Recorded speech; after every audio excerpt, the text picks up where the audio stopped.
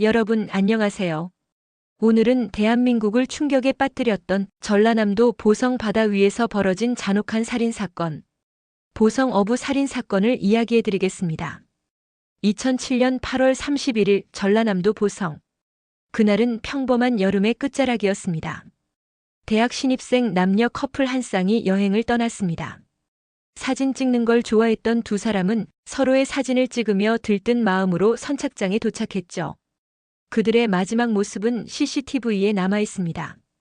카메라에는 두 사람이 나란히 걷는 뒷모습이 조용히 찍혀 있었습니다. 이후 그들은 흔적도 없이 사라집니다. 그날 밤 여학생의 휴대전화에서는 119로 4번의 전화가 걸려왔습니다. 하지만 구조 요청은 끝내 전달되지 않았습니다. 전화기 너머에서는 엔진이 요동치는 소음만 들렸다고 합니다. 짧은 신호음, 끊긴 통화, 그리고 다시 이어지지 않는 전화. 다음 날 가족들은 연락이 닿지 않자 실종 신고를 합니다. 하지만 경찰은 단순 실종으로 판단합니다. 수색은 느리게 진행됐고 며칠 뒤 해안가 바위 틈에서 여학생의 시신이 발견됩니다. 신발은 그대로 신은 채였죠. 이틀 후 남학생의 시신도 바다에서 떠올랐습니다. 그런데 이상했습니다. 두 사람의 몸에는 뚜렷한 외상도 폭행 흔적도 없었습니다. 그런 이유로 경찰은 너무도 쉽게 결론을 내립니다. 동반 자살로 인한 추락사. 그 짧은 한 줄로 수사는 종결되었습니다. 하지만 가족들은 믿지 않았습니다. 두 사람은 연인 관계였고 주변 친구들에게 행복한 여행 이야기를 들려주며 떠났습니다. 자살을 암시하는 어떤 흔적도 남기지 않았습니다. 그들은 외쳤습니다. 우리 아이들이 왜 스스로 죽습니까? 이건 살인입니다. 하지만 경찰은 더 이상 움직이지 않았습니다. 그로부터 약 한 달 뒤 2007년 9월 25일 같은 보성의 바다에서 또 한 번의 실종이 발생합니다. 이번에는 20대 직장 여성 2명이었습니다. 그들은 관광 중에 잠시 배를 타러 나갔고 다음 날 바다는 다시 두 구의 시신을 내놓습니다. 이번에도 같은 바다 같은 시간대. 그리고 믿을 수 없는 공통점이 있었습니다. 이번 피해자 중 한 명이 사망 직전에 누군가에게 보낸 문자 메시지. 저희 배 타다가 갇힌 것 같아요. 경찰 보트 좀 불러주세요. 이 한 줄의 문자. 그것이 이 사건의 판을 완전히 뒤바꿉니다. 당시 문자 신고 제도는 지금처럼 알려지지 않았습니다. 112로 문자 신고가 가능하다는 걸 아는 사람은 거의 없었죠. 그녀는 누군가에게 대신 신고를 부탁한 겁니다. 경찰은 즉시 움직입니다. 조사는 선착장에서부터 시작됐습니다. 어민들과 관광객, 그리고 정박 중이던 배들까지 하나하나 확인해 나갔습니다. 그리고 단 하나 수상한 배가 눈에 띕니다. 사건 당일 오전과 오후 정박 위치가 달랐던 단 한 척의 배. 그 배의 이름은 대흥호. 주인은 보성 출신 69세의 어부 오종근. 경찰은 그의 선실을 수색합니다. 그 안에서 피해자들의 신용카드, 머리끈, 볼펜, 머리카락이 발견됩니다. 명확한 증거였습니다. 경찰은 즉시 오종근을 체포합니다. 그는 집 안에 숨어 있었습니다. 하지만 체포 순간에도 그는 태어냈습니다. 배 태워달라 해서 태워줬을 뿐이요. 빠진 사람 신고 안 한 죄밖에 없소. 그는 두 번째 사건, 즉 여성 2명의 살해는 인정합니다. 그러나 첫 번째 사건, 대학생 커플의 죽음은 끝내 부인합니다. 바다에 빠진 건 실족사요. 내가 죽이지 않았소. 하지만 경찰은 직감했습니다. 이 남자 거짓말을 하고 있다. 수사의 방향은 이제 한 달 사이 같은 바다에서 벌어진 두 건의 죽음을 하나로 묶기 시작했습니다. 그날 바다에서는 무슨 일이 있었을까요? 그리고 왜 그는 자신의 배에 젊은 남녀를 태워 바다로 향했던 걸까요? 그 진실은 바다가 스스로 끌어올린 작은 증거에서 시작됩니다. 이제 수사는 바닷속에 묻혀있던 진실을 찾아 나섭니다. 체포된 어부 오종근. 그는 올해로 69살의 노인이었습니다. 평생 바다에서 살아온 사람. 주변 사람들은 성격은 괴팍하지만 악한 사람은 아니었다고 기억했습니다. 하지만 그의 배 안에서는 너무도 많은 증거가 쏟아졌습니다. 피해자들의 신용카드, 머리끈, 머리카락, 그리고 혈흔으로 추정되는 미세한 흔적들까지. 그럼에도 오종근은 담담하게 말했습니다. 배 태워달라 해서 태워줬을 뿐이요. 바다에 빠진 건 내 탓이 아니요. 경찰은 그가 9월 25일 두 여성의 살인을 저질렀다는 정황을 확보했습니다. 그는 여성을 바다 한가운데로 데리고 나가 성추행을 시도하다 저항하자 물에 빠뜨린 뒤 살아남지 못하도록 삿갓대 부표를 끌어올리는 갈고리 달린 막대로 여러 차례 내리쳤다고 합니다. 이 사실이 언론을 통해 알려지면서 사건은 전국적인 주목을 받습니다. 하지만 여전히 풀리지 않은 의문이 있었습니다. 한 달 전 사라진 대학생 커플의 사건. 그 역시 같은 사람이 아닐까? 경찰은 다시 8월 31일 사건 현장을 재조사합니다. 당시 남성 피해자의 바지에서는 오종근의 배 바닥 페인트와 같은 색의 얼룩이 발견됐습니다. 하지만 성분은 달랐습니다. 삿갓대에서는 DNA가 검출되지 않았습니다. 직접 증거가 없었던 겁니다. 이대로라면 첫 번째 사건은 영원히 미궁에 빠질 상황이었습니다. 그때 한 통의 전화가 걸려옵니다. 첫 번째 사건의 여성 피해자의 아버지였습니다. 우리 딸은 어디를 가든 디지털 카메라를 들고 다녔어요. 그걸 찾을 수 있다면 그 안에 무언가 있을 겁니다. 바다에 빠진 카메라를 찾는다는 건 사실상 불가능한 일이었습니다. 하지만 기적은 일어났습니다. 몇 주 뒤 인근 어부의 쌍끌이 어망에 작은 디지털 카메라 한 대가 걸려 올라왔습니다. 그 모델은 피해자가 사용하던 것과 같았습니다. 물에 잠긴 지 수주가 지나 카메라는 엉망이었지만 국립과학수사연구원은 포기하지 않았습니다. 그리고 두 번째 기적. 메모리 카드 복원에 성공합니다. 그 안에는 피해자 커플이 바다로 나가기 전 찍은 사진들이 들어 있었습니다. 사진 속 배의 모습, 난간, 엔진 커버의 형태까지 모두 오종근의 배와 일치했습니다. 사진은 아무 말도 하지 않았지만 그 자체로 진실을 증언했습니다. 바다는 스스로 증거를 끌어올린 겁니다. 수사팀은 카메라의 시간 정보와 기지국 위치 데이터를 대조했습니다. 배가 항해하던 위치, 조류의 방향, 그리고 피해자 휴대전화가 끊긴 시각. 모든 게 하나로 맞아떨어졌습니다. 그날 밤 두 사람은 오종근의 배 위에 있었습니다. 이제 경찰은 확신했습니다. 한 달 간격으로 벌어진 두 건의 사건 모두 한 사람의 소행이었습니다. 그는 두 명의 여성을 바다로 밀어 죽이고 그보다 앞서 남녀 커플 역시 같은 방식으로 살해했습니다. 그의 범행 수법은 놀라우리만큼 동일했습니다. 낯선 이에게 다가가 배 태워줄게요. 어장 구경시켜줄게요. 친절한 어부의 말에 속아 배에 오른 피해자들은 그 순간부터 고립됐습니다. 바다는 도망칠 수 없는 감옥이었죠. 조용한 바다, 출렁이는 물결, 그리고 오종근이라는 이름. 이제 그는 단순한 어부가 아니라 연쇄살인범이 되었습니다. 하지만 여기서부터 또 다른 의문이 생깁니다. 그는 왜 어떤 이유로 이런 범행을 반복했을까요? 평생 바다에서 살아온 노인이 무엇 때문에 손잡벌되는 젊은이들을 죽음으로 몰았던 걸까요? 그의 범행은 욕망에서 시작됐습니다. 그는 여성을 추행하려 했고 그 행위를 방해하는 사람은 모두 제거했습니다. 수사 기록에는 이런 말이 남아 있습니다. 가슴을 만져보고 싶었다. 그런데 거부해서 그만. 그의 말은 너무나 담담했습니다. 죄책감이나 후회는 단 한마디도 없었습니다. 그의 범행은 단 한순간의 욕망에서 시작되어 네 사람의 생명을 앗아갔습니다. 하지만 그는 끝까지 실족사였다. 운이 나빴다. 며 책임을 회피했습니다. 이제 경찰은 그의 심리를 파헤치기 위해 국가수사본부의 프로파일러를 투입합니다. 그리고 이 수사에서 충격적인 사실들이 드러나기 시작합니다. 그의 태도, 언어, 표정. 그 모든 것은 평범한 노인의 것이 아니었습니다. 그가 어떻게 사람들을 바다 한가운데서 제압했고 무엇을 느꼈는지. 여러분, 우리가 지금 이야기하고 있는 이 사건은 대한민국 범죄사에서 유례를 찾기 어려운 범죄입니다. 가해자는 70을 바라보는 노인이었습니다. 그리고 피해자들은 그의 손잡벌되는 젊은이들이었습니다.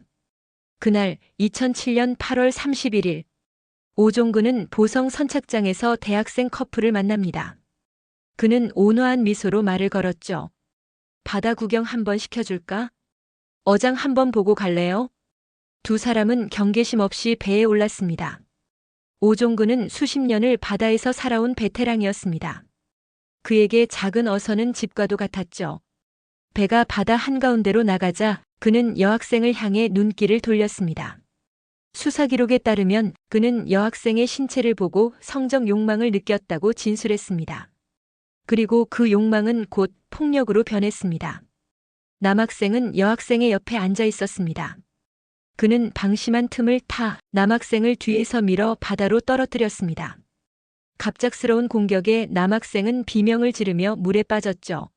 하지만 그가 다시 배로 올라오려는 순간 오종근은 손에 쥔 삿갓대를 휘둘렀습니다.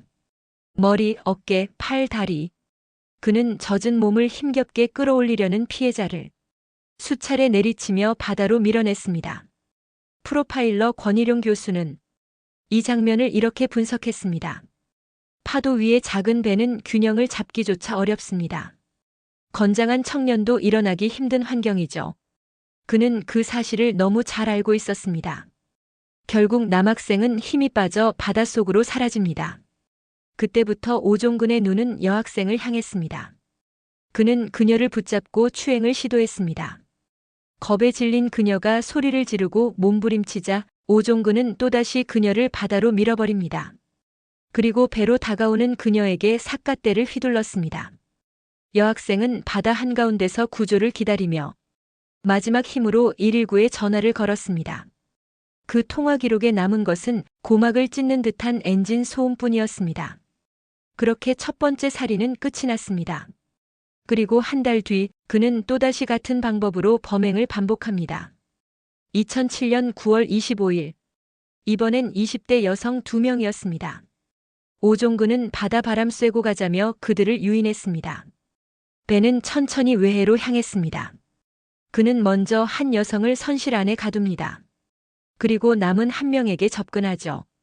추행을 시도하다 저항이 심해지자 그녀를 바다로 밀어버립니다.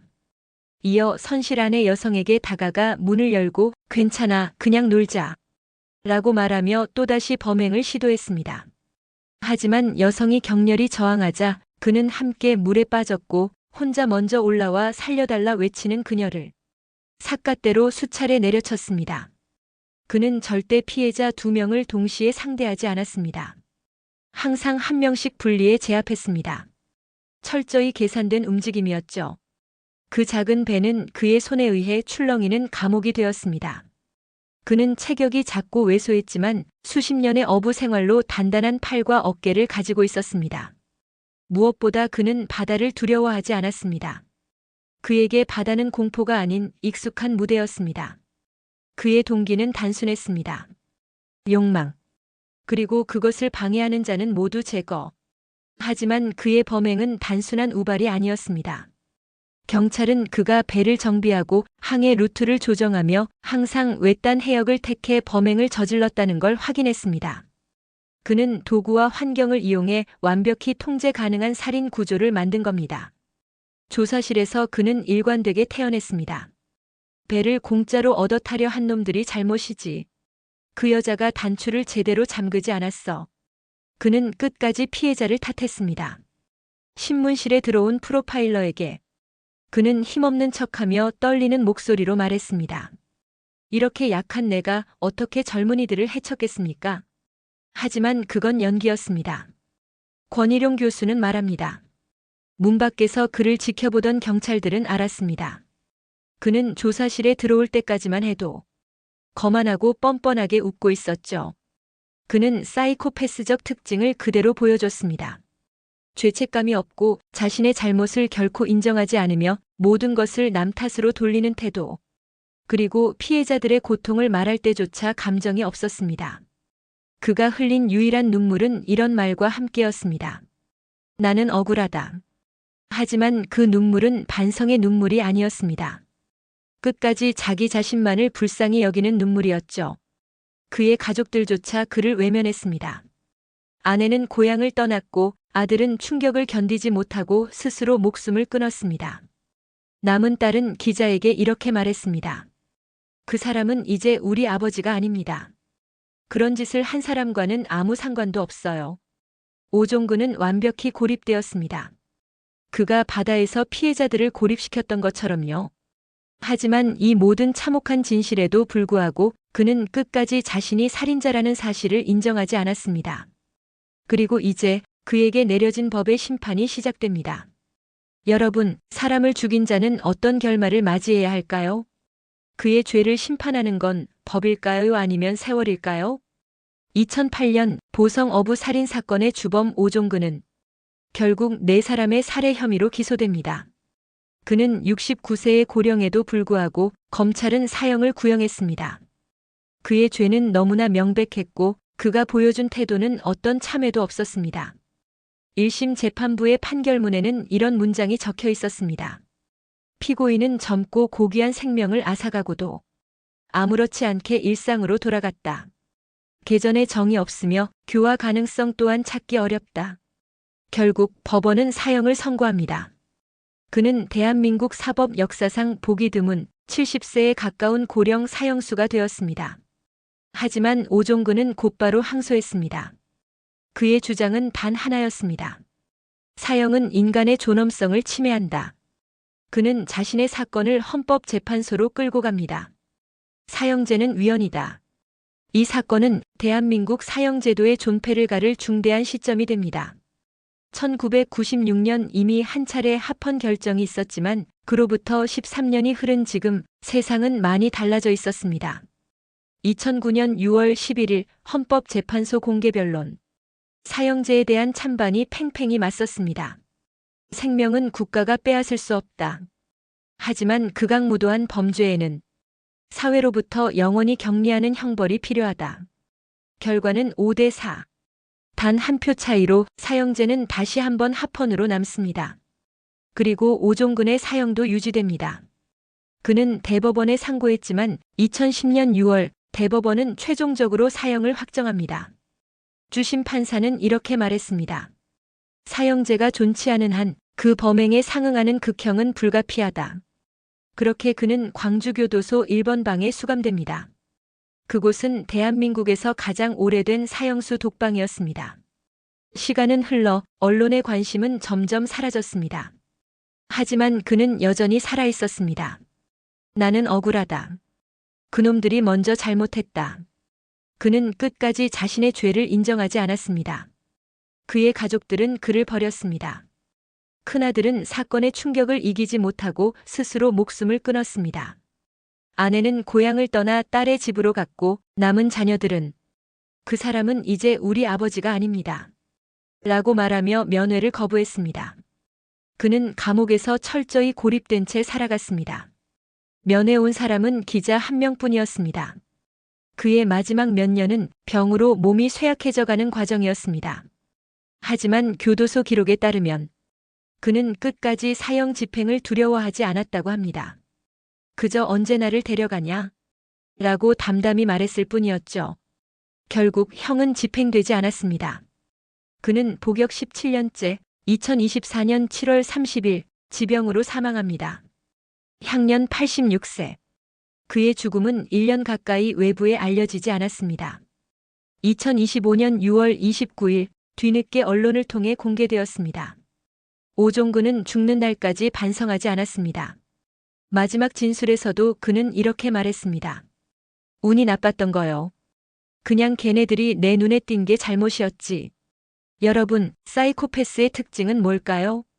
그들은 결코 자기 잘못을 인정하지 않습니다. 오히려 세상을 탓하고 피해자를 탓합니다.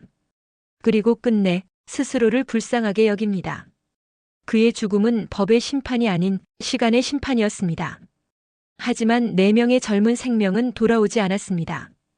이 사건은 우리에게 묻습니다. 사형제는 정말로 필요한가?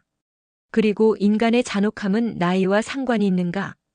2007년 여름 보성의 바다는 잔잔했지만 그 아래엔 인간의 욕망이 도사리고 있었습니다.